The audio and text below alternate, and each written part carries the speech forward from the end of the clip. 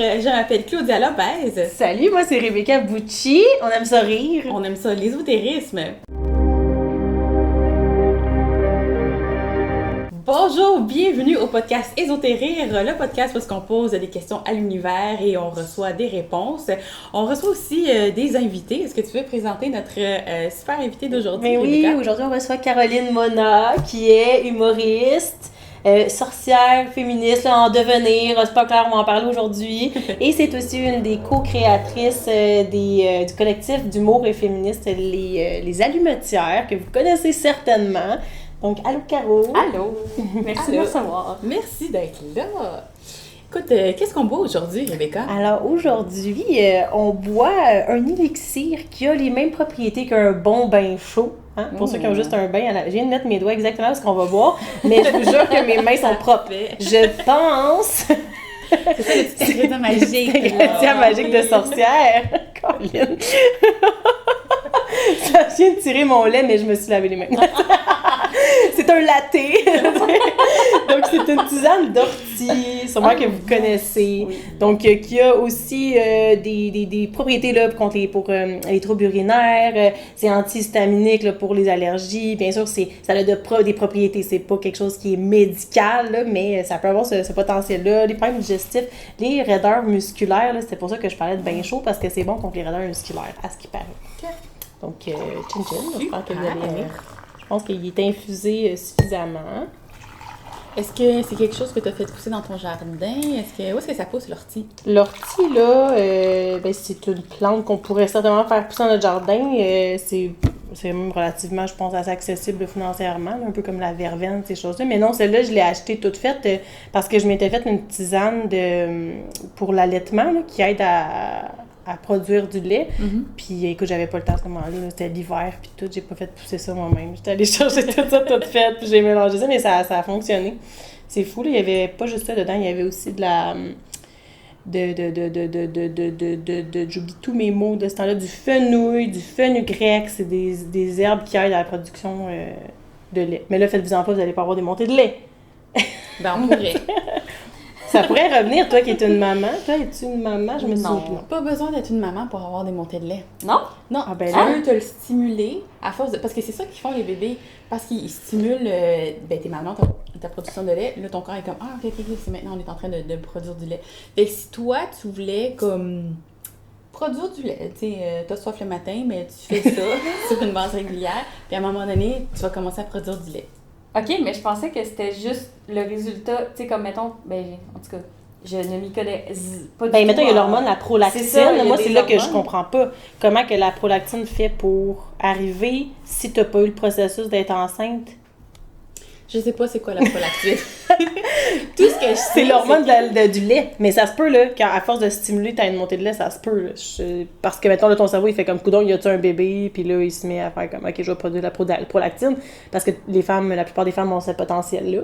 Mais à suivre, recevons une conseillère en lactation la prochaine fois. Ben, c'est ça. Ou bien Google, mais non, je sais pas. Oui. Ce que je sais, c'est ça que si tu te stimules, ben, on a toutes des glandes mammaires. Ouais, c'est ça, qu'à un moment donné, t'en fais du lait. Puis c'est pour ça que, mettons, si t'allaites, puis que t'allaites pas, à un moment de t'arrêtes, ben là, t'en produis plus. Parce que t'es plus stimulé. Puis tu pourrais repartir ta lactation. Ouais. À un moment donné. Intéressant.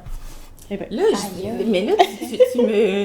Premièrement, j'avais jamais entendu le mot prolactine. Ben, t'as la prolactine, c'est l'hormone du lait, puis t'as l'oxytocine. C'est les deux hormones qui sont principalement impliquées dans la production de lait. Puis l'oxytocine, c'est un peu comme... J'ai fait des formations là, avec Nourriture. Mettons, la prolactine, c'est comme la chef cuisinière qui fait le lait en backstore, puis l'oxytocine, c'est la serveuse.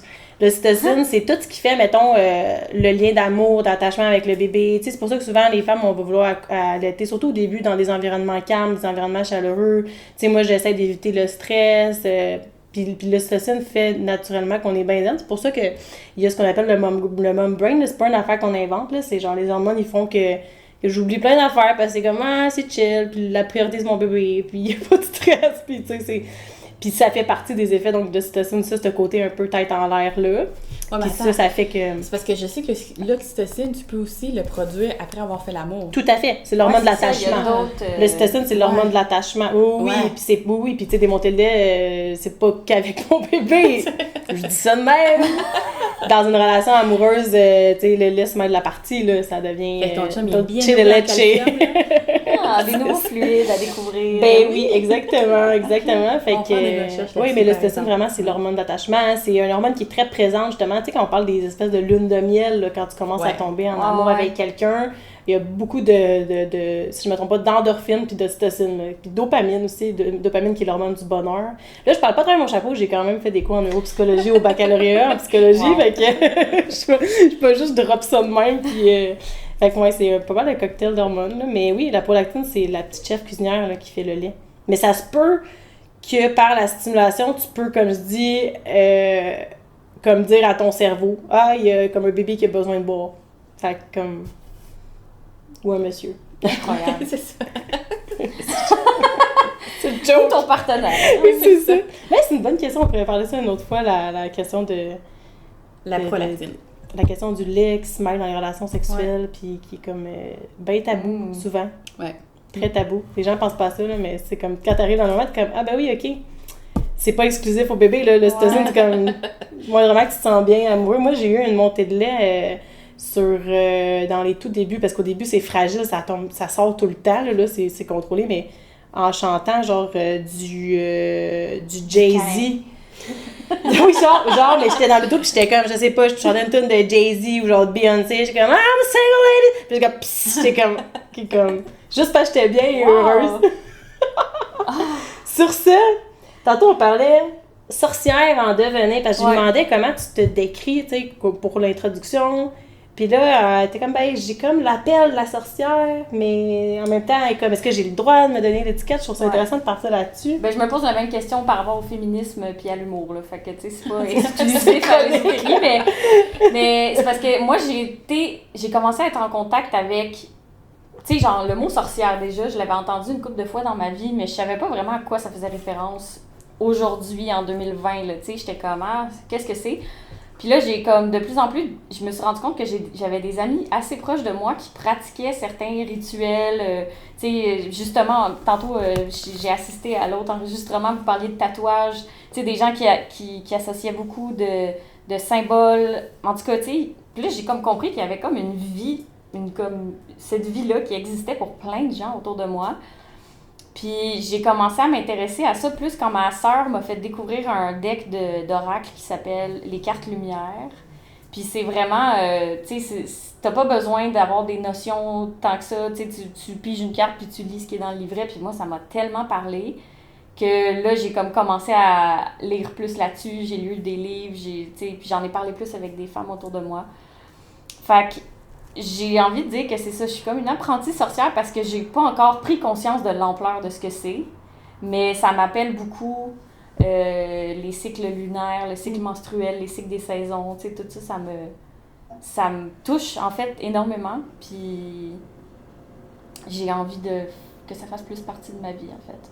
Oui, on en a discuté justement avec une invitée sur le cycle menstruel, comme quoi, tu sais, on nous apprend comme, tu sais, vraiment système patriarcal, là, fait que dans le système patriarcal, il n'est pas fait autour des cycles, là, fait que c'est comme linéaire, puis tu es supposé de faire ta vie, aller au travail, puis sans tenir compte de ton état physique, mais, tu sais, justement, Karine Gervais, qu'on avait reçue, elle parlait qu'elle adapte vraiment son agenda selon quand elle est dans ses lunes, c'est une façon de dire les menstruations, elle prend rien.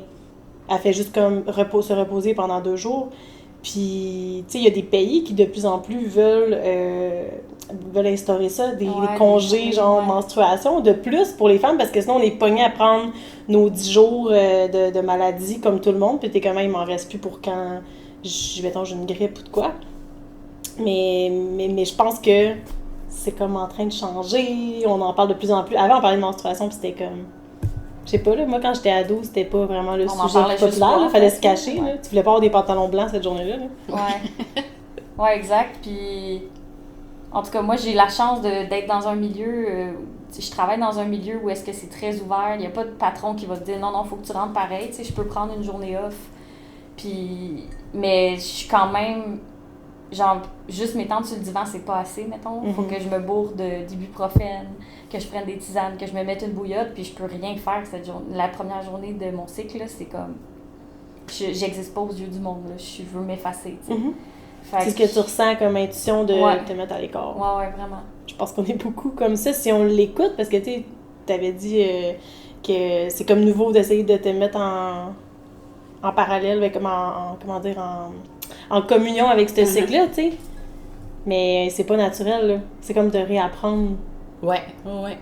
Totalement. Apprendre à t'écouter puis à te respecter là-dedans aussi. Pas dire ben là, c'est parce que j'ai pas fait telle affaire ou. Non, c'est mon corps qui réagit comme ça. Puis c'est tout à fait normal. Ouais. Mettons, d'être plus fatigué. C'est ça que j'ai remarqué comme. Je pensais que j'étais immunisée au symptômes. Ouais, c'est ça, que non, moi ça m'affectait pas, ça arrivait jamais. Mais c'est ça, j'ai remarqué dernièrement, comme c'est vrai, je suis vraiment plus fatiguée avant mon cycle, puis quand même plus envahie par la vie, là, comme j'ai rien géré, là. Oh non, pourquoi que cette personne-là, elle m'appelle? Pourquoi qu'il envoie un courriel? Ben là, l'appartement, il a été trouvé, là, tu sais. Vraiment envahi. Overwhelmed. Oui. Mais par des affaires, tu sais, vraiment régulières, mais là...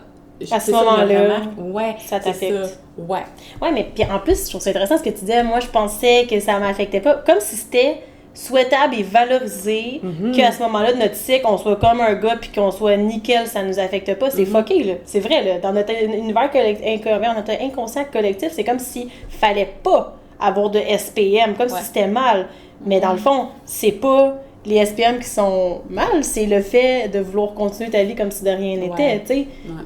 Parce que c'est une force, dans le fond, d'être capable de faire « Hey, moi, genre, je vais me recueillir pendant 2 jours, puis je vais faire une rétrospective de mon mois, puis de faire, je sais pas, des rituels, puis genre de rester avec soi dans son petit cocon. » C'est hot, en maudit qu'on puisse faire ça, tu sais, c'est une force, c'est pas une faiblesse. Même chez les Autochtones, moi, j'ai un ami, Jean-Yves Rousselot, de son nom Usheki, que j'adorerais recevoir ici. Lui, il fait vraiment des pratiques spirituelles, puis il m'avait dit, on avait fait une sweat lodge, dans le fond, dans son village à Pessamit, puis il m'avait demandé, est-ce que t'es dans tes menstruations? Puis là, tu sais, sur le coup, je me suis braquée, j'étais comme, ben là, t'as-tu quelque chose comme ça? Puis il était comme, non, il dit, c'est parce que chez nous, chez les Inuits, il dit, c'est comme, ben chez les personnes qui pratiquent les pratiques ancestrales, traditionnel comme spirituel, il dit c'est comme les femmes, vous vibrez tellement haute quand vous êtes dans vos menstruations que ça sert à rien que vous veniez, vous êtes comme trop high pour nous, c'est trop trop hot, genre c'est trop bon, c'est trop beau, fait que vous allez décaler avec nous les femmes, fait que vous pouvez pas venir dans les sweat lodges. C'est pas une question d'exclusion, c'est une question de on n'est pas à votre niveau, fait qu'il y a comme une tu sais, les sweat lodges, puis je laisserai Jean-Yves en parler quand on le recevra parce que j'aimerais vraiment ça, ou on ira le voir, mais t'sais, pour lui, il y a comme un nettoyage qui se fait dans les sweat lodges, mais chez les femmes, ce nettoyage-là se fait naturellement. Mais crème, c'est nouveau, là, j'ai l'impression qu'on parle de ça, là, puis que c'est une force. Genre, moi, mon chum m'a déjà dit, il y a une Fatima qui trouve ça cool que vous ayez ça. T'sais. Mais moi, je le sens vraiment, comme je pense dans les 4-5 dernières années, là, j'ai vraiment appris à plus écouter mon corps, mon cycle, puis je le sens, tu sais, et physiquement, mais mentalement aussi, tu sais, comme quand je tombe menstruée, en fait, puis que là, le flow, il commence, je sens un relâchement vraiment intense du stress, de l'espèce de tension, là, tu sais, de la vie, là, que comme, justement, comme tu disais, l'agenda, le parcomètre, tout ça. Puis là, on dirait que je suis juste comme, OK, mon corps se dépose, genre, puis mon esprit aussi. C'est comme si, ben c'est exactement comme tu disais, ben pas un lavement, mais en tout cas, un nettoyage. un nettoyage, un lavement. Ouais. Not exactly the same. Kind of. Mais comme juste c'est un renouveau en fait, c'est ça, c'est le début du cycle. Fait que c'est comme, on dirait que les problèmes d'avant, ils sont encore là, mais ils sont plus aussi importants, genre. En tout cas, moi, je trouve ça vraiment fascinant. Une autre perspective. Ouais, exactement. D'ailleurs, pour la minute de tarot, j'avais choisi... On fait toujours une petite minute où est-ce qu'elle parle d'une carte du tarot. Oui. Donc, un peu la perspective historique, puis... Ouais, c'est ça. Ben, tu sais, qu'est-ce que ça veut dire? En fait, aujourd'hui, je voulais vous parler de la carte de la mort, une carte très positive dans le tarot, en fait. Puis, je veux dire, comment c'est ça, on dirait que c'est très morbide, là. Regardez, ben là, c'est ça, c'est une tête de mort, un squelette qui est sur un cheval, puis là, il y a des gens morts ici. Bon, et il y a quelqu'un qui le reçoit. Mais en fait, c'est une carte très positive quand tu le reçois. Mettons, c'est pas quelqu'un va mourir ou quoi que ce soit, c'est plus comme... c'est un renouveau, un peu comme le cycle de la menstruation, mais comme que justement il y a des changements positifs qui s'en viennent, qu'est-ce que le passé est resté est mort justement, c'est dans le derrière, puis dans le derrière. Les lavements dans le derrière. Sacré. Êtes-vous sûr que c'est sur l'ésotérie, votre podcast? Non, mais c'est qu'il faut que tu l'écoutes en 2 niveaux. Le premier niveau, tu l'écoutes, c'est ésotérique. Réécoute-le après. C'est comme... C'est digestif, c'est tout, là. Nous, le prochain invité, un gastro-entérologue. C'est parfait. Oh, wow. C'est dans le passé. Oui, on dirait que c'est comme stagé, non. Puis t'as le cheval qui va, c'est ça, vers l'avant. Puis tu vois, il est pas en train de courir vers l'avant, il est en train de justement, comme de marcher. Trotter, genre. Ouais. Il relaxe. Ouais. Avec le squelette là, qui représente justement le passé, mais qui est quand même habillé pour affronter le futur avec son armure.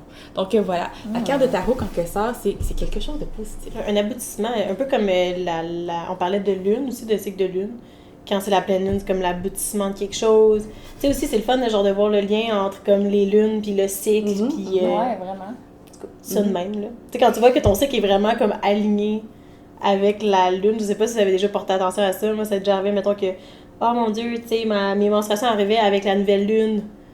Juste comme, ah, wow, je connecte avec le ciel, tu sais. Je trouve ça le fun de voir ces petits signes-là dans la vie, puis de faire, OK, c'est vraiment un renouveau, là, tu sais. Mais dorénavant, je vais commencer à remarquer ça, parce que là, je suis comme nouvelle à m'écouter, à mon intuition, et bon, tout ça. Fait que, mais ça va commencer, là, c'est la nuit du 12 au 13, c'est la pleine lune. Ouais, puis c'est une super lune, hein? Oui, puis il y a full de trucs genre sur YouTube bien intéressant, là, t'écris mettons pleine lune du 12 juillet, là, puis là je sais que au moment où les gens écoutent nécessairement à ce moment-là, mais au moment où on fait le podcast, c'est ça, c'est le 12 juillet, puis tu peux trouver plein de trucs sur YouTube qui sont vraiment cool, qui expliquent un peu c'est quoi les vibrations, puis souvent, ça match, tu sais, c'est comme, après c'est-tu dans ma tête, who cares, ça fait du bien. Oui, c'est ça, exactement, ça fait du Comme bien, on c'est dit ça la souvent. lumière, ça. Ouais. Est-ce que tu avais préparé une question, Caroline, aujourd'hui? Ben oui, mais c'est ça, je savais pas trop, parce que je sais que des fois, il y a certains oracles ou certains jeux de tarot que faut pas trop que ce soit une question que ça va être oui ou non la réponse, tu sais, comme les questions trop binaires, ça fonctionne moins. Fait que là, je me demandais, est-ce que ça peut être une question binaire, ou faut que ce soit plus une question ouverte? Oui, ben moi, j'aurais envie de te dire que ça peut... on peut commencer par un oui ou non. Je pourrais le faire parce que les decks que j'ai, là, il n'y en a pas qui te disent oui ou non, mais j'en ai un deck qui dit une réponse comme très spécifique. Si tu veux, je peux aller chercher. Et puis après, souvent, ce que ça fait, c'est... Ben là, on a une discussion, puis peut-être d'autres questions, puis tirer peut-être une carte qui... s'étend plus, qui va plus expliquer. Alors, si t'es d'accord, on pourrait faire ça. OK. Puis là, j'étais comme, oh wow, ça m'intéresse tellement.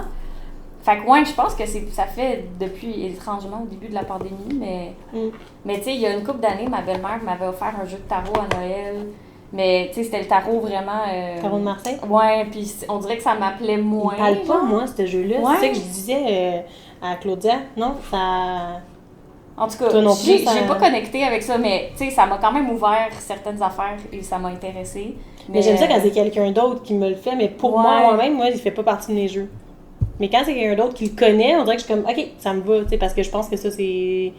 Toi, c'est-tu le tarot de Marseille que t'as? C'est un tarot... Non, c'est Rider-Waite. OK, c'est ça. Ouais, il est différent. Mais je pense que c'est comme je pense qu'il est plus simple, celui, le tarot de Marseille, ça se peut-tu? Ça se peut, ouais. Ouais. Je le connais très peu, honnêtement. J'ai ouvert la boîte, puis j'étais vraiment, non, ça me parle pas. Moi, c'est vraiment mon oracle d'animaux, là, comme je vois... Souvent, les gens vont se retrouver ça redondant, là, mais c'est ça. Ou j'ai un oracle avec des pierres, là, je te l'avais déjà fait piger. Ouais. Lui, il est cool, là, mais... Ouais. Alors, est-ce qu'on va à ta question? Ben oui. Ben, en fait, je pense que je suis rendue à un moment de ma vie où il faut que je fasse un choix, dans le sens où j'ai une job de jour, puis je tripe vraiment à faire de l'humour, mais je me restreins à faire plus d'humour parce que ma job de jour me prend trop de temps et d'énergie. Fait que j'ai me coucher à 11h à chaque soir, puis me relever à 6h pour aller travailler pour moi, c'est pas un rythme de vie qui est soutenable. Ouais. Fait que là, je suis un peu à la croisée des chemins dans le sens où mon contrat de job de jour pourrait se terminer à l'automne si je le veux. Fait que j'aurais comme envie de demander, est-ce que je suis prête à faire ce saut-là? Mais là, ça, c'est une question très binaire. Tu sais, dans le sens oui, non, mais tu sais, ça pourrait aussi être... Tu sais, je pourrais aussi changer la question pour dire genre... c'est quoi mes forces? C'est quelle force je pourrais faire jouer dans cette situation-là pour aller vers ce que je veux, qui serait que ma vie, ce soit de faire de l'humour puis que j'avais plus besoin d'un job de jour, mettons. Ouais. Et c'est toi qui choisis ta question. Puis... celle que tu veux. Tu veux La première? première question est très claire. Ouais. Moi, je dirais qu'elle va être plus facile à interpréter. Parfait. Allons-y. Des fois, moi, je sais que dans mes jeux, souvent, il t'écrit ça au début. Tu sais, aller avec une question qui est... Surtout quand c'est du oui puis non, va dans une question qui est claire, que ça soit pas ambigu, qu'on va avoir de la facilité à l'interpréter. Ouais, je dirais ça. Puis c'était la première question. C'était Oui, ça c'est qui t'est ça. venue instinctivement. Ouais, moi, c'est je te dire comme... Ouais, t'as raison. Puis tu sais, après, la réponse, t'en fais qu'est-ce que tu veux. Puis là, justement, ça peut amener à d'autres questionnements ou d'autres... comme d'autres réflexions. Oh, Wow. mon Dieu, c'est pitch en bas. Oui, c'est ça. Il se pitch souvent en bas, mes cartes. Il y en a 2. Oh! C'est en anglais. Oh non, je vais rien comprendre! Ah, c'est vraiment intéressant. Fait que ça dit « Attends », il y a « Wait ». Ben, de toute façon, je vais la montrer à l'écran. C'est assez clair. Puis, oui. Puis « Improving health », alors améliorer ta santé. Ouais. Puis elle parlait de c'est-tu soutenable? Je trouve ça intéressant pour la santé, là. C'est de ça que tu parlais, là. Oui, ouais. Mais c'est ça, ouais, fait que comme justement de prendre soin de toi, puis c'est ça, ça dit... J'aurais tendance à dire d'attendre avant de...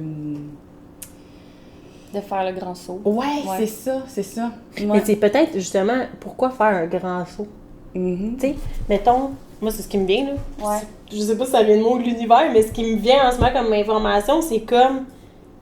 Peut-être qu'il y a-tu moyen de juste réduire les heures, tu sais, de faire un moyen saut. Comme ça, tu attends, mais en même temps, t'améliores ta santé, ton horaire est plus viable, plus sain.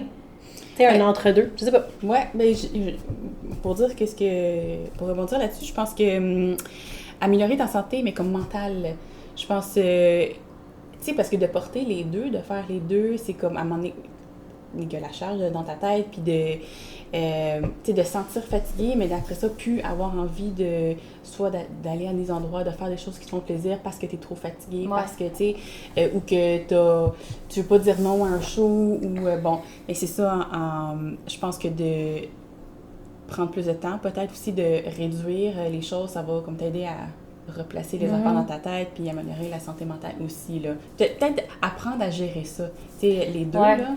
Ouais, mais c'est ça. Moi, clairement, en ce moment, c'est ça mon dilemme, là, c'est que j'ai l'impression d'avoir 2 immenses charges mentales en même temps, puis ils sont incompatibles, genre. Fait que c'est ça, j'étais comme, soit je réduis l'humour, ou je réduis la job de jour, mais moi, mon appel, c'est plus... L'humour, ça me fait triper.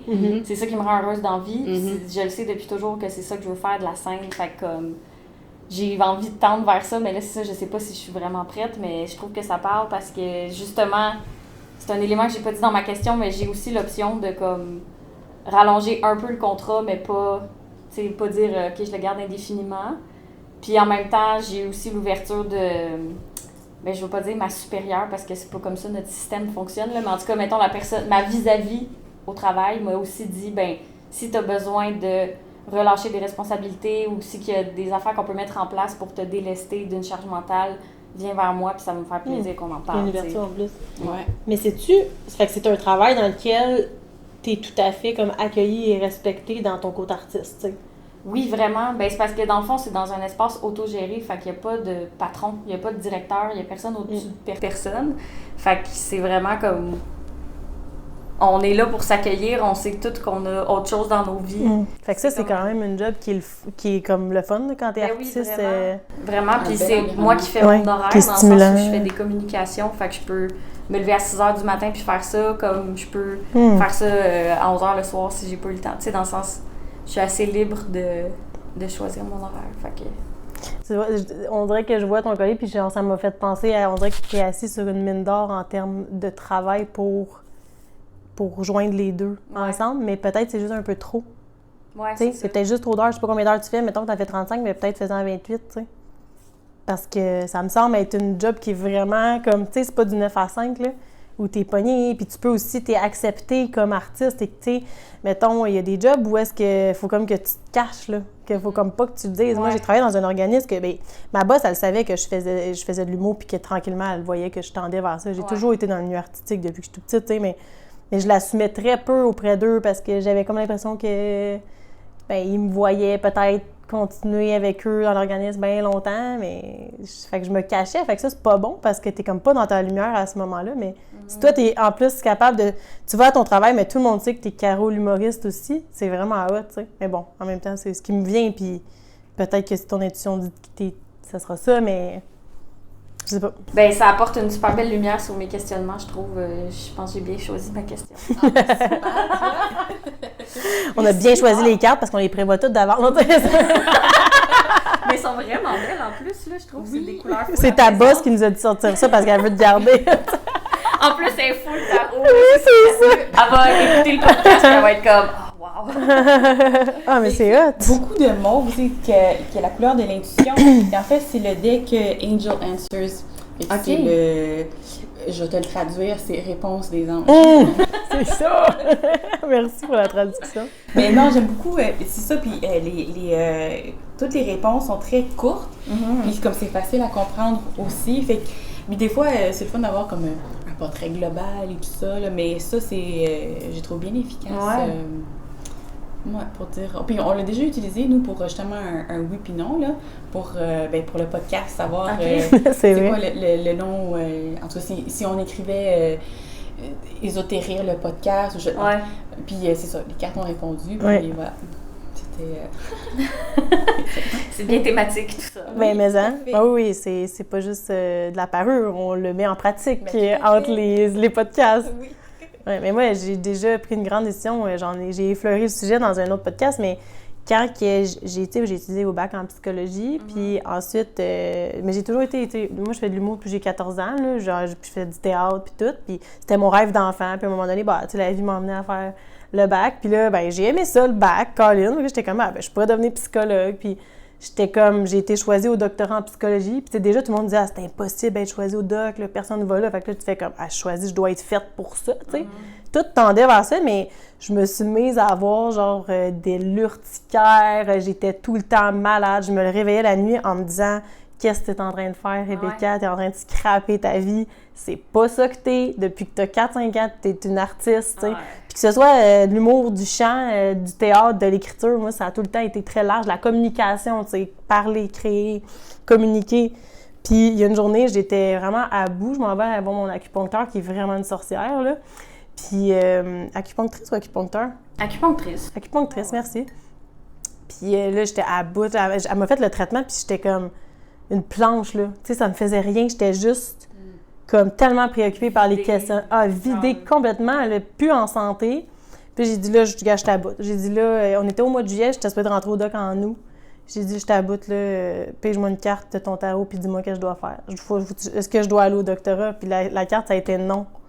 Et c'est fou, là, tu sais, j'ai des frissons à vous le conter. Le soulagement, là, je suis retournée chez moi, j'étais allée marcher sur une passerelle qui après je pleurais, il pleuvait en même temps.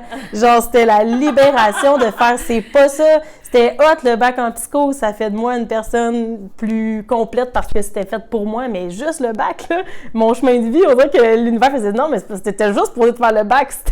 On n'a jamais dit qu'il fallait que tu deviennes psy, tu sais. Fait que, pour dire comment c'est pas banal, tu sais. Ouais, vraiment. Ces questions-là. Moi, j'ai tellement d'expériences de vie comme ça que, genre, partir des projets, puis faire finalement, c'est pas ça que je veux, là, c'est que ça, ma vie, genre. Puis ça arrive comme, boum, d'un coup, la révélation, ou c'est graduel? C'est souvent graduel, c'est que je réalise que comme, je me sens de moins en moins à ma place. Ben, c'est comme un peu comme toi, là, tu sais, des symptômes de burn-out, au final, là. Psychosomatique, là, vraiment, ton corps, il te parle, là. Puis, mais je regrette rien, aucun de ces choix-là, parce que je serais pas qui je suis en ce moment si j'avais pas pris toutes ces décisions-là dans ma vie, d'essayer cette affaire-là, tu sais. Fait que moi, j'ai aucun regret. Genre, c'est ça qui m'a construit, c'est d'avoir essayé plein de choses. Exactement.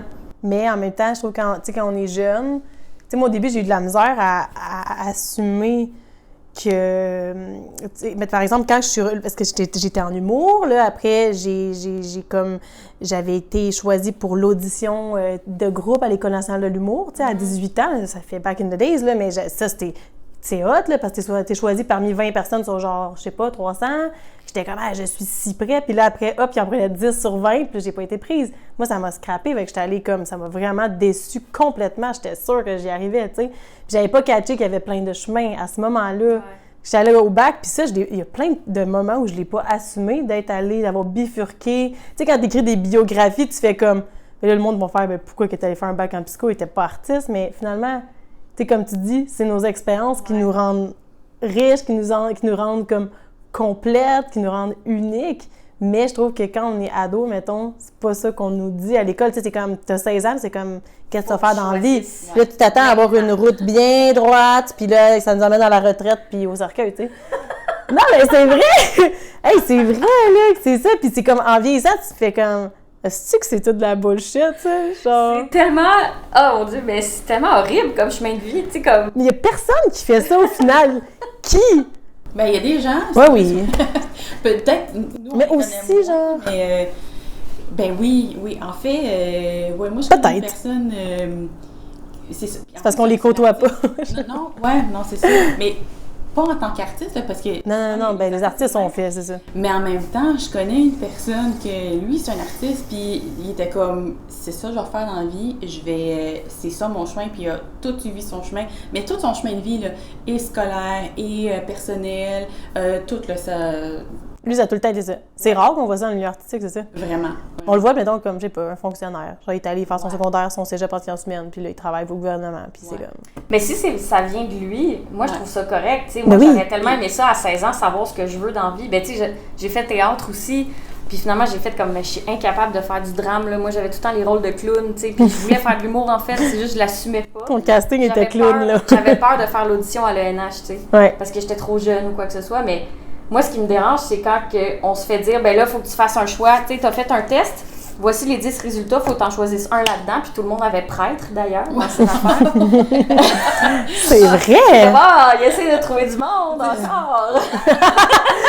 Ils financent les universités, les cégeps pour les tests tellement. Oh my God! Mais c'est ça, mais si tu connais ton chemin puis c'est ça que tu veux dans la vie, man, go for it. Là. Moi, c'est sûr, j'aurais tellement aimé ça, être certaine à 100% de ce que je voulais dans la vie, mais il fallait que j'essaye. Moi, je suis pour le essai-erreur dans la vie. Fait que... Et en même temps, je trouve, puis là, tu sais, je connais pas la personne dont on parle, je trouve ça intéressant, justement, finalement, les artistes qui ont comme tellement des chemins uniques, sortis des sentiers battus, ça fait des contenus riches. Ouais, vraiment. Ça fait, tu sais, François Bellefeuille, par exemple, là, ce gars-là, il était dans une clinique vétérinaire, il a vécu un autre environnement, un autre milieu.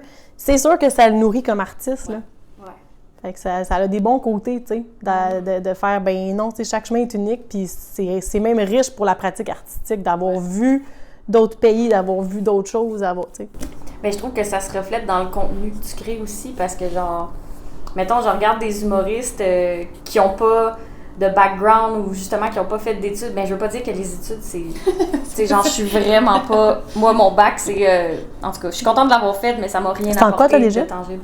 J'ai fait études théâtrales à l'UQAM. OK. Parce que c'est ça, j'avais été refusée comme comédienne dans toutes les écoles. Fait que j'ai fait, bon, ben je veux rester en théâtre, fait que je vais aller au bac en études théâtrales. Mais tu sais, au final, je suis ressortie de là, puis j'avais aucune envie. Il n'y a rien qui m'appelait. Les jobs m'intéressaient pas tant, puis j'étais comme... Je vais aller essayer autre chose. J'étais allée ouvrir une microbrasserie. C'est comme, OK. Mais je sais plus pourquoi je parlais de ça à la base. Les études. C'est ça, les études, c'est pas tout, mais c'est quand même une expérience riche dans la vie de quelqu'un. Puis je trouve que ça paraît dans le contenu, les humoristes que je vois quand ils n'ont pas vécu grand-chose, mettons, qui parlent d'affaires banales, genre la couleur de son sofa, là, tu sais, je suis comme, OK, mais je vois, tu sais, où ta personnalité là-dedans? Ouais, où ton bagage, où ton vécu, où ta profondeur. Vraiment. Ouais, exactement. Ouais, je pense que c'est ça, ça forge la personnalité, là, tu sais, qui t'es toi en tant qu'individu. Ouais, mais ça. Pas juste les études, là, mais comme la vie, là, en général. Là, oui, c'est ça. Quand tu t'adonnes à des... Les essais. Ouais, c'est ça, ouais. Puis Puis, comme, niveau spiritualité, comme, est-ce que vous pensez que les humoristes, genre, sont... Comment je dirais ça? Est-ce que vous pensez que c'est une richesse d'avoir une spiritualité? Ouais, je veux dire, c'est même une richesse, comme d'avoir de la spiritualité quand t'es humoriste. Comment ça se déploie, tu sais? Moi, je pense qu'en général, ça te... Non, c'est toi l'invité, vas-y, réponds. Non, mais t'aurais pu. Non, mais tu sais, parce qu'on parlait genre du bagage de vie qui nourrit nos textes, nourrit ben, qui crée de l'intérêt, je pense, chez le spectateur, spectatrice, mais est-ce que la spiritualité, ça a sa place? T'sais, mettons, quand on a parti le podcast, moi, je me souviens, au début, j'étais comme... J'avais le goût, j'avais vraiment le will, mais j'étais comme... Hey, mais vont-tu me prendre pour une folle? Ça va-tu scraper ma carrière? Ils vont dire comme, pensais pas que Rebecca Bucci a trippé ses cristaux puis elle se traîne des jasses dans sa poche, tu sais. Je sais pas, est-ce que c'est-tu correct qu'on fasse ça, tu sais? On devrait-tu le faire juste cacher dans notre sol comme les sorcières autrefois? Ou comme au contraire, non, c'est le temps d'en parler puis de faire des blagues avec ça, tu sais? On a fait un show là-dessus, il y avait du monde, ça l'a ri, là, c'était cool. Ben oui, c'est clair que ça parle à plein de monde, puis surtout que c'est un sujet qui est peu exploité dans la culture populaire, je veux dire, là, comme... Ça va, tu sais, ça fait qu'il y a des gens qui venaient sûrement pas voir des shows d'humour qui vont venir en voir parce que ça parle de ça, comme les alimentières, ça attire des féministes qui allaient pas nécessairement voir des shows d'humour avant, tu sais. Fait que je pense que ça crée des nouveaux espaces. Oui, vraiment. Puis ce que je pensais dans ma tête aussi quand tu me posais la question, c'est que c'est pas juste. En tout cas, j'ai l'impression que les personnes qui ont une spiritualité puis qui ont un, je sais pas, comme cet univers-là dans leur tête, dans leur corps, dans leur vie. C'est des personnes qui sont généralement plus ouvertes d'esprit, qui vont plus vers l'autre, qui sont plus comme, je veux pas dire humanistes, là, mais quasiment. Fait que ça crée, je trouve que c'est des humains plus le fun à côtoyer, puis qui vont plus être ouverts à parler aux autres humoristes, mettons, sur le line-up, qui vont plus aller vers le public. Tu sais, comme moi, j'ai pas fait énormément d'open mic à date dans ma carrière parce que j'ai commencé en fin 2019, fait qu'il y a eu comme 4 confinements depuis, puis c'est ça la vie, mais... Ceux que j'ai fait, je l'ai vu, tu sais, qu'il y avait toutes sortes d'humoristes sur les line-up. Il y en a qui étaient, tu sais, sont dans leur bulle, ils parlent à personne, puis genre, si tu vas pas leur dire bonjour, ils viendront jamais te voir, tu sais. Ouais. Je sais pas si c'est parce que je suis une femme ou quoi que ce soit, là, mais comme... Puis je le vois, là, tu sais, qu'il y a des gens ils sont plus sensibles à ces choses-là, qu'ils sont bien plus ouverts, ils vont venir se présenter à toi, ils vont aller voir le public, ils sont plus prompts à recevoir des commentaires à en donner, tu sais, c'est comme, il y a genre une espèce de fluidité avec ces gens-là. En tout cas, avec moi... Oui, ça crée ça. Ça, c'est sûr à 100%. Fait que je trouve que ça apporte une richesse. Une humanité, comme tu disais, un humanisme. Vraiment. Je pense que oui. Puis toi, t'allais aussi rebondir, même si t'es pas notre invité, tu peux parler. En tout cas. Je sais pas ce que j'allais dire. Mais tu sais, je disais, est-ce que la spiritualité, ça nourrit? Oui, c'est ça, l'ortie. C'est vrai que c'est apaisant, hein, l'ortie. Vraiment? Oui. Moi aussi, je me sens un peu comme... Mais c'est pas genre guérisseur ou ça n'a pas des... Ah, certainement, mais c'est comme je disais, c'est plein de choses, là, comme c'est un antidouleur. Ben c'est ça! Ben si c'est un T'as plus mal? Oui, mais le fentanyl aussi, c'est un antidouleur, tu comprends quoi? T'as mis dans le tisane, là. Moi, j'ai du CBD dans ma sacoche, en tout cas, si j'avoue. Ah, c'était ça que t'avais, j'en ai mis un peu dedans. Non, mais c'est vrai qu'elle a un petit côté, on l'expérimente, hein? Ouais, c'est ça. Moi aussi, je me sens un peu comme chill. Ouais. Chill, Claudia, Caro, yo. On écoute Netflix à la place de finir le podcast. On a des petits yeux. On est comme... mais elle était bien bonne. Et les délicieuses, il reste-tu? On va tout prendre ce qui reste tellement bon. Moi, je trouve que l'ortie, ça a un côté un peu, une petite amertume, mais en même temps un petit côté sucré, puis en même temps un petit côté, je veux pas dire crémeux, mais genre quasiment le même. Ah, ça, c'est mon doigt de tantôt avec le lait. Oui. Mais oui, moi, je vais parler pour moi, mettons. Ben oui, parle pour toi. Oui, faut que tu parles pour moi, s'il te plaît. Je vais te carose-plainer ça. Mais je trouve, pour moi, ça me...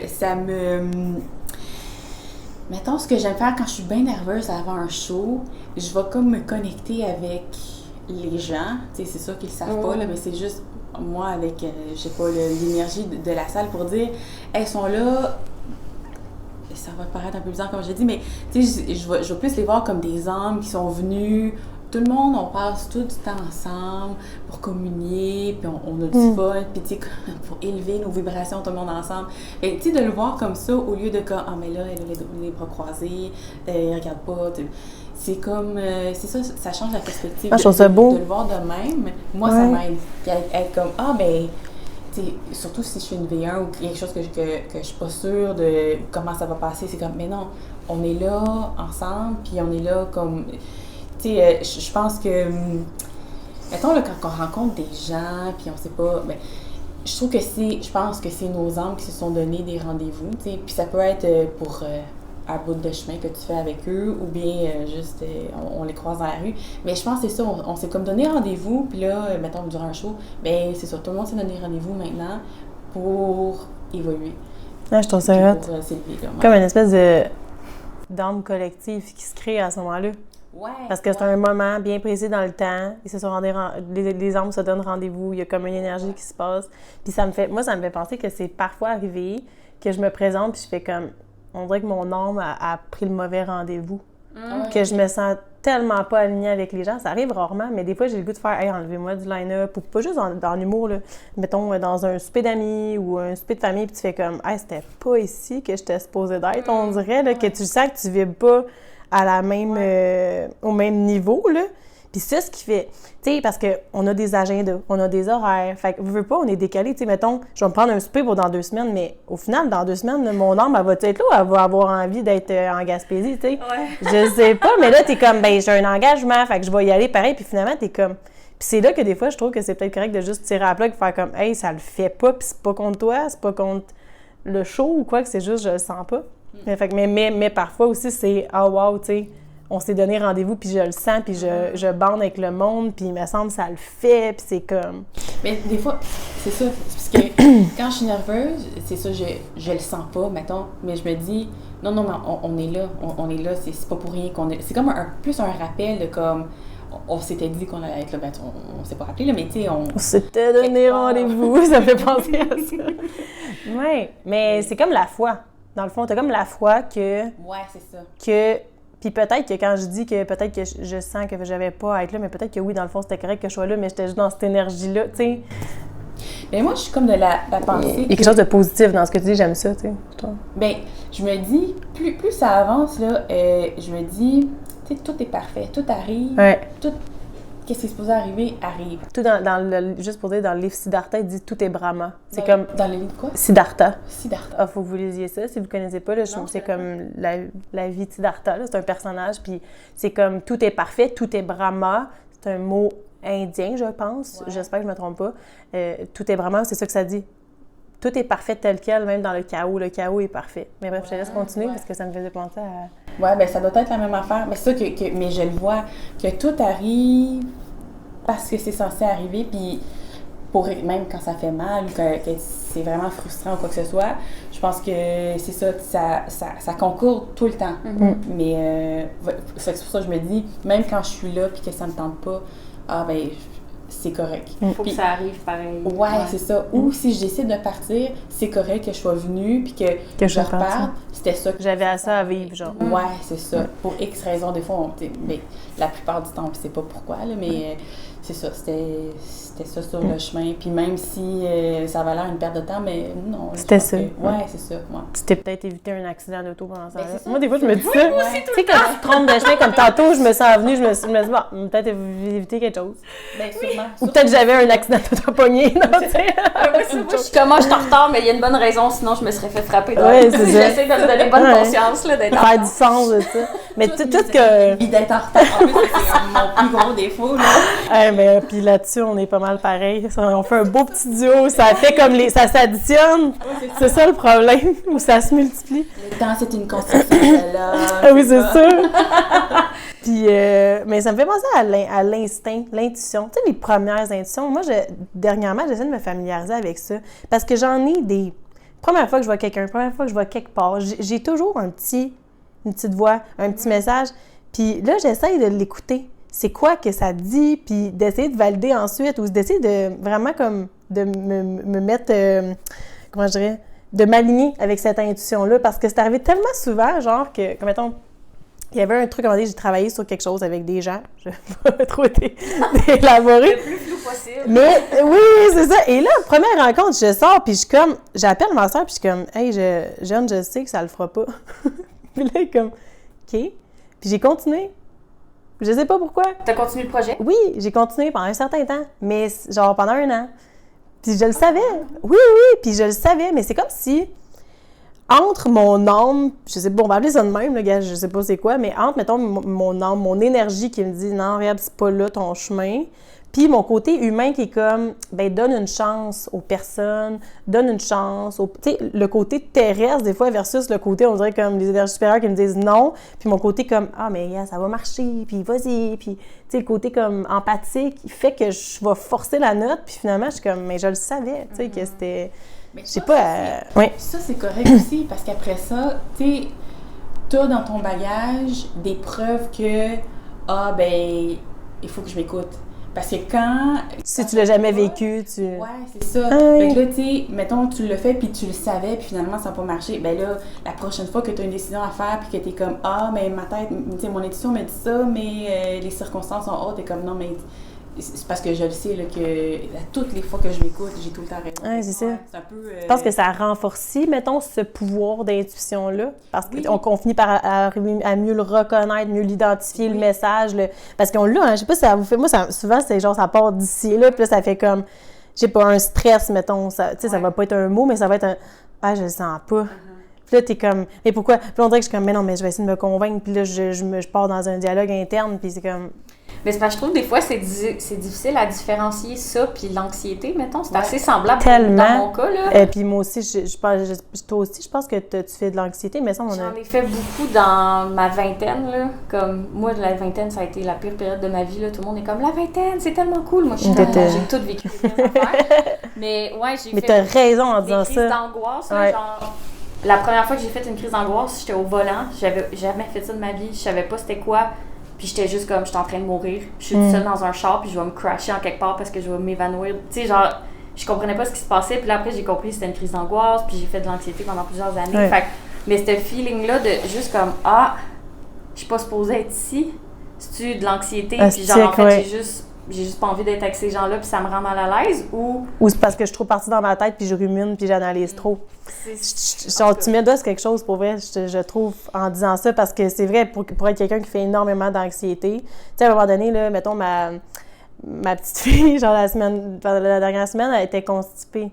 OK? Elle vient de commencer la diversification alimentaire. Fait qu'elle vient de commencer à manger de la bouffe solide. Puis là, ça faisait 7 jours qu'elle était comme constipée. Mais là, t'avais comme soi Rebecca qui est comme solide et hypochondriaque, qui est comme « Oh mon Dieu, mon bébé, elle va finir par genre « Ça marche pas, faut qu'on aille à l'hôpital, à l'urgence tout de suite. » Versus ça, c'est-tu mon instinct de mère ou c'est mon anxiété, ma peur, mon tempérament hypochondriaque, tu sais? C'est les mêmes feelings, c'est vraiment difficile à distinguer, tu sais. Et finalement, elle était vraiment bloquée parce que j'ai mis un suppositoire que le médecin a prescrit, puis ça... Fait que mon instinct avait raison. Fait que c'était comme un mélange des deux. On parle de on parle de quoi? Encore! C'est ça que je disais! On se remettait de notre fou rire. Oui. Donc, oui, c'est ça. Mais je trouve ça difficile, moi, de distinguer comme... C'est ça, là, de quand est-ce que c'est de l'anxiété, quand est-ce que c'est la petite voix intérieure, ou un merge des deux, tu sais. Ouais, mais c'est à se pratiquer. Ce que j'ai trouvé, c'est peut-être aidant pour d'autres gens, ou peut-être pas pour tout le monde, c'est peut-être pas universel, mais tu sais, la pratique de méditation, c'est vraiment d'apprendre à tout taire, toutes tes voix dans ta tête, ben comme tout le superflu, puis puis à un moment donné, à force de juste être dans l'attente de rien, ben ta petite voix à toi, comme ton intuition, elle a le temps ou elle a l'espace pour ressortir. Fait que, en tout cas, moi, ça m'aide. C'est ça, comme je disais avant, mais que, tu sais, avant de me calmer ou quand j'ai commencé à méditer, me calmer, ça prenait vraiment beaucoup de temps, puis tu sais, apprendre à se réécouter, mais après ça, de le faire, ça vient plus rapidement, tu sais, d'être capable de taire l'anxiété, mettons, ou de taire les peurs et tout, puis de me recentrer sur vraiment c'est quoi mon intuition. C'est ça, mais à force de pratiquer. Mais c'est un muscle, hein. Oui, puis en même temps, tu sais, moi j'ai déjà lu comme justement, il y a plusieurs types de méditation, tu sais, c'est comme plus la méditation où est-ce qu'on arrête, on fait le vide. Comme moi, c'est pas vraiment ça qui me fait du bien. Ce que j'aime, c'est plus la méditation pleine conscience. Fait que c'est vraiment comme les pensées qui viennent, de les accepter, genre. Puis comme, mettons, je sais pas, là, je me dis, j'ai peur que telle personne meure. Ben là, je me plonge dedans. Je suis comme, OK, j'ai peur que telle personne meure. Ça, c'est ma peur. Ça fait partie de moi. Puis là, c'est comme, au lieu de fighter avec la pensée, genre, puis de comme, non, tu devrais pas être là, genre, ça fait comme de l'acceptation. Puis là, ça fait un flow continu. Puis là, il y a des pensées qui viennent. Puis je suis comme, OK, je pense à ça. Sans jugement. On dirait qu'à date, c'est ça. Comme, mais je sais qu'il y a des gens, c'est plus comme d'essayer de faire vraiment le vide. Puis comme, oui, il y en a que c'est de la visualisation, ils vont s'imaginer sur une île, je sais pas trop. Ouais. Mais c'est vrai que ça fait du bien la méditation. Puis en même temps, j'avais déjà lu, je pense en psycho, dans un cours, que pour certaines personnes qui ont des diagnostics psychiatriques, ça peut être contre-indiqué. Ah ouais? Ça peut parfois augmenter l'anxiété. Moi, je pense que justement, d'essayer de faire le vide, ça augmente mes tendances anxieuses. Versus la pleine conscience, là, c'est comme plus d'accepter le flow de pensée versus d'essayer de bloquer, genre. Mais c'est ça. Je pense que c'est de laisser erreur, puis... Ouais, moi, ce qui marche, là, c'est de m'imaginer... Ben, c'est que ça, c'est un peu de la visualisation, I guess, mais je m'imagine que je suis devant, genre, une espèce de grosse rivière qui coule super fort, puis ça, c'est mes pensées, genre. Fait que je suis en contemplation, elles sont là, elles existent. C'est magique. Ouais, mais moi, c'est une image qui fonctionne tout le temps. Puis je m'imagine que je suis juste assise comme en tailleur devant la rivière. Puis ils sont là, puis je les intègre, mais ils font juste passer. Puis ils passent. Ils sont pas toi. Elles ne te définissent pas. Oui. Puis que c'est un flow, tu sais, c'est quelque chose de visuel, de fort, tu sais, qui... Il y a du bruit associé à ça aussi. Il y a comme un... En tout cas, moi, ça fonctionne super bien de leur donner une image. Parce que sinon, c'est juste intangible, puis c'est full stressant, genre. Mais là, je suis comme, non, c'est de l'eau qui passe, puis on passe à autre chose. Vous savez, une affaire que j'ai découvert que c'est de la méchante belle méditation aussi, c'est faire de l'impro. Genre, je dis pour commencer, là, tu veux pas, j'étais enceinte, tout, il y a eu la pandémie, mais l'improvisation, là, je trouve que c'est, en tout cas pour moi, là, puis peut-être pour certaines personnes qui écouteront, vont faire « Ah, ça me parle », pour moi, c'est genre la méditation ultime parce que t'as pas le choix d'être genre dans le moment présent. Parce que si t'es trop dans ta tête puis que t'arrives avec « Ok, moi je vais faire un personnage, le personnage il va s'appeler Ginette, puis là, ça marchera pas parce que tu seras pas dans l'écoute du moment présent. L'impro, c'est ça, là, c'est tu t'immerges, merci, dans une situation, peu importe, en tout cas, tu vas. Rebecca, arrête de pouvoir parler avec des grands mots, t'en connais pas. Arrête de te passer big. Genre, t'arrives dans une situation avec des gens, t'as aucune idée ce que Claudia, elle arrive avec, et Caro, elle arrive avec. Fait que c'est comme, t'es obligé d'être genre ouvert au possible, d'être comme, OK, moi, je pensais que j'étais Ginette, mais finalement, je suis sa petite fille qui s'appelle Mallory. Ben, je suis Mallory, puis OK, non, mais finalement, on est à l'école. Moi, je pensais qu'on était dans un cimetière. OK, c'est comme ça oblige à lâcher prise totale, puis d'être comme, oh, OK, je suis Mallory, parfait. Fait que oui, je parle avec une petite voix, puis j'adore ça.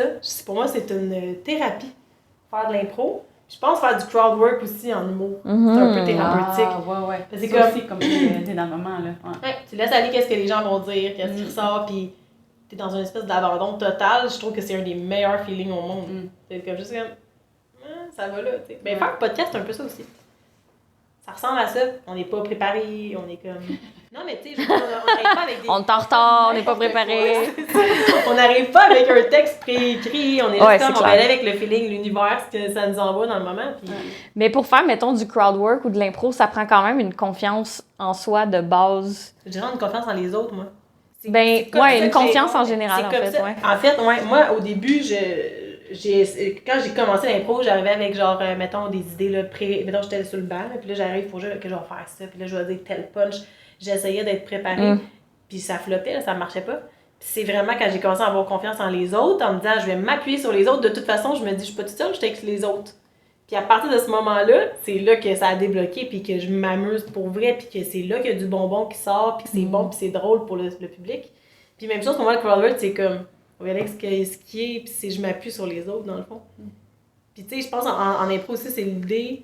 Tu sais, moi, j'aime les improvisateurs qui sont là pour faire mettre les autres en lumière. Moi, quand je suis dans un impro, je me dis, OK, où est-ce que je vais emmener le personnage de l'autre, tu sais? Comment je peux jouer avec son personnage, lui tendre la main, pas essayer d'être plus drôle que lui. C'est pas ça. Moi, j'haïs ça, le monde qui essaie juste de puncher, c'est pas le fun. Ouais, moi aussi. Pour moi, l'objectif, c'est de construire un univers intéressant, amener le public dans quelque chose de complètement nouveau. On n'a pas de costume, qu'on n'a pas d'objet, c'est ça la beauté de ça. Puis la magie opère quand on se tend la main, puis qu'on est spontané. c'est méditatif pour moi. Je m'ennuie de faire Ben, sur cette belle pensée, on va clore le podcast d'aujourd'hui. Oui. Caro, merci tellement d'avoir été là, de nous Merci. partager tout dans ta tête, juste tes réflexions et tout, ta question. Merci beaucoup. Merci ton ouverture, ta générosité. Oui. C'était merveilleux. Merci de m'avoir Quelque invité. chose que tu voulais plugger, que tu voulais dire? Ben, honnêtement, là, je suis en vacances. J'ai pas grand-chose à plugger pour l'instant. Parce que mes dates, ça va plus aller à l'automne. Mais on va retourner avec Femme Canon. Le show qu'on a fait, Ouais. ça c'est sûr. Ben, on n'a pas de Ça, date on n'a pas de précise. date, pas en Mais tout. oui, tu Mais sais, ça va les être beau, par animateurs. exemple. Ça va être, tu sais, Femme Canon, les animateurs m'ont invité à faire partie de leur show. Puis il va y avoir des shows bénéfices pour des organismes Ouais. de femmes. Je trouve ça cool de le mentionner. Je trouve que c'est un beau geste puissant. Fait que, Ben oui, c'est sûr, on va annoncer les dates dans les prochaines semaines, I guess. Puis, Et d'abord, le monde te suit sur Facebook. oui, Facebook, Instagram, Caro Mona. Parfait. Super. merci Claudia. Ben, merci Rebecca. Bye là.